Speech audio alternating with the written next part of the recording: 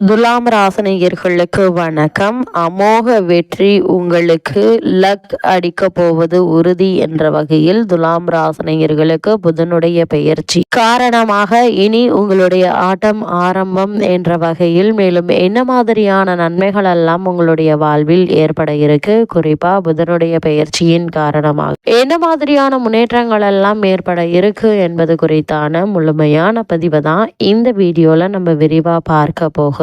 அந்த வகையில லாபாதிபதியும் அதாவது சூரியன் தன் குடும்ப அதிபதியான செவ்வாய் ராஜ்யஸ்தானமான 3ஆம் இடத்தில் அமர்ந்திருப்பது என்பது சிறப்பு வாய்ந்த ஒரு கிரக சஞ்சாரமா அமைஞ்சிருக்குதுங்க. அவர்களை பாக்கியஸ்தானத்தில் இருந்து குரு பார்ப்பது இன்னும் சிறப்பு என்று தாங்க சொல்ல வேண்டும். அதனால் இத்தருணங்கள்ல நல்ல சிந்தனையோடு துரிதமாக செயல்பட்டு வெற்றிகளை குவிக்கும் அமைப்பு இருக்குதுங்க. எனவே நன்கு யோசித்து காரியம் ஆற்றினால் உங்களுக்கு அளப்பரிய நன்மைகள் நிச்சயம் இந்த புதனுடைய பெயர்ச்சி நிகழக்கூடிய தருணங்கள்ல உங்களுக்கு கிடைக்க இருக்குது. ஜாதகத்தில் தசாபுக்திகள் விசேஷமாக நடந்தால் இந்த கோச்சார அமைப்பு அவர்களை மிக பெரிய முன்னேற்றத்திற்கு இட்டு செல்லும் என்பதுல எந்த ஒரு சந்தேகமும் இல்லைங்க. தெய்வ தரிசனம் நிச்சயம் உண்டுங்க. சிலர் யாத்திரை மேற்கொள்ள இருக்கீங்க. சின்ன சின்ன தவறுகளை தெரித்து கொண்டு முன்னேறும் சிந்தனை உருவாகுங்க. 3ஆம் இடத்தில் சுக்கிரன் அமர்ந்திருப்பதாலும் அவரை குரு பார்ப்பதாலும் பொருளாதார வெற்றி நிச்சயம் உங்களுக்கு கிடைக்கக்கூடிய ஒரு தருணமாக தான் புதனுடைய இந்த பெயர்ச்சி காலகட்டம் அமைஞ்சிருக்குது. இருந்தாலும் கூட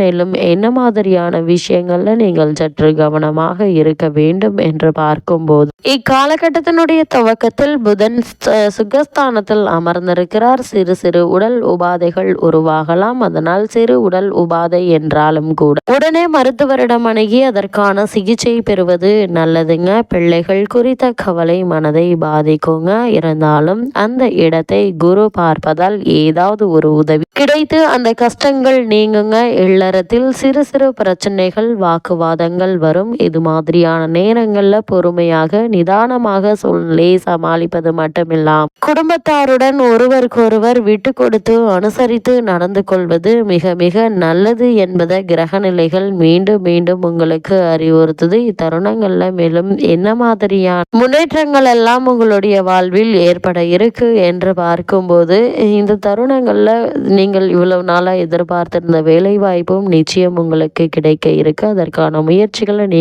தாராளமாக முயற்சிக்கலாங்க. இத்தருணங்கள்ல கிரகநிலைகளின் ரீதியாக கூறப்படும் பரிகாரம் என்ன என்று பார்க்கும்போது தினமும் காலையிலும் மாலையிலும் பூஜை அறையில் அம்பாளையும் மகாலட்சுமியையும் நினைத்து கொள்ளுங்க. உங்களுடைய கஷ்டங்கள் நீங்கி எண்ணற்ற நன்மைகள் உங்களுடைய வாழ்வில் ஏற்படும்.